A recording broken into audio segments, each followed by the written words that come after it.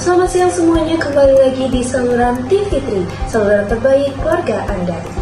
Kembali lagi bersama saya Lutfi Udayana yang akan menginterview salah satu pemilih pemula dari Kerobokan. Bisa diperkenalkan saudara kami? Oke, nama saya Ketua Sekolah Wilantika, asal dari desa ini, desa Kerobokan. Saya akan menginterview sebanyak 3 pertanyaan untuk Anda sebagai pemilih pemula. Untuk pertanyaan pertama, apa kira-kira syarat yang Anda ketahui untuk menjadi calon anggota pemula? Oke, nah setahu saya sudah pasti berada di umur 17 ke atas dan juga sudah terdaftar di DPT dan juga tidak boleh bagi anggota TNI ya, TNI tidak boleh, dan juga tahu syarat-syarat pemilihan umum dan sudah pasti tidak golput. Oke.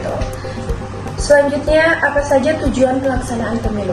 Oke, tujuan pelaksanaan pemilu ini ya untuk memperlihatkan demokratis Indonesia yang sangatlah kuat dan solid.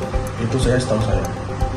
Baik, Saudara Ketut, untuk pertanyaan yang terakhir adalah mengapa sih Anda memilih untuk mengikuti pemilu ini dan apa sih perasaan Anda sebagai pemilih pemula dalam pemilu ini? Oke, mengapa saya ikut memilih? Karena itu kewajiban dari bangsa negara ini dan juga perasaan saya sangatlah semangat karena ini pertama kali saya seumur hidup melakukan pemilihan ini dan juga saya ingin berbeda yang lain. Mengapa? Saudara-saudara semuanya, baik itu dia interview singkat dari saya Lutfi Udayana. Untuk selanjutnya, apa saja yang harus kalian ketahui sebagai pemilih pemula? Mari kita saksikan channel berikutnya.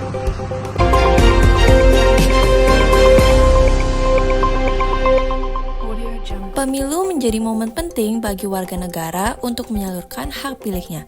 Bagi pemilih pemula, pengalaman ini tentu saja menjadi hal yang baru. Dan berikut langkah-langkah yang perlu diperhatikan dalam pemilu. Yang pertama, pemilih wajib membawa surat undangan atau formulir pemberitahuan atau model C6 yang telah disampaikan kepada pemilih beberapa hari sebelum hari pemungutan suara dan juga IKTP atau surat keterangan dari Disdukcapil setempat. Yang kedua, pemilih menunggu giliran sesuai dengan panggilan dari daftar hadir yang diisi KPPS di pintu masuk.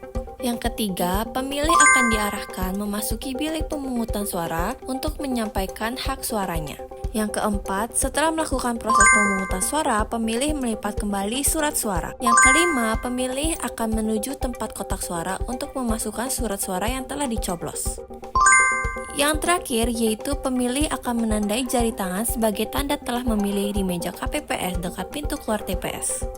Adapun hal yang tidak boleh dilakukan saat pemilu berlangsung, yang pertama yaitu menjanjikan atau memberikan uang kepada pemilih untuk memilih peserta pemilu tertentu atau tidak menggunakan hak pilihnya. Lalu yang kedua, mencoblos lebih dari 1 kali.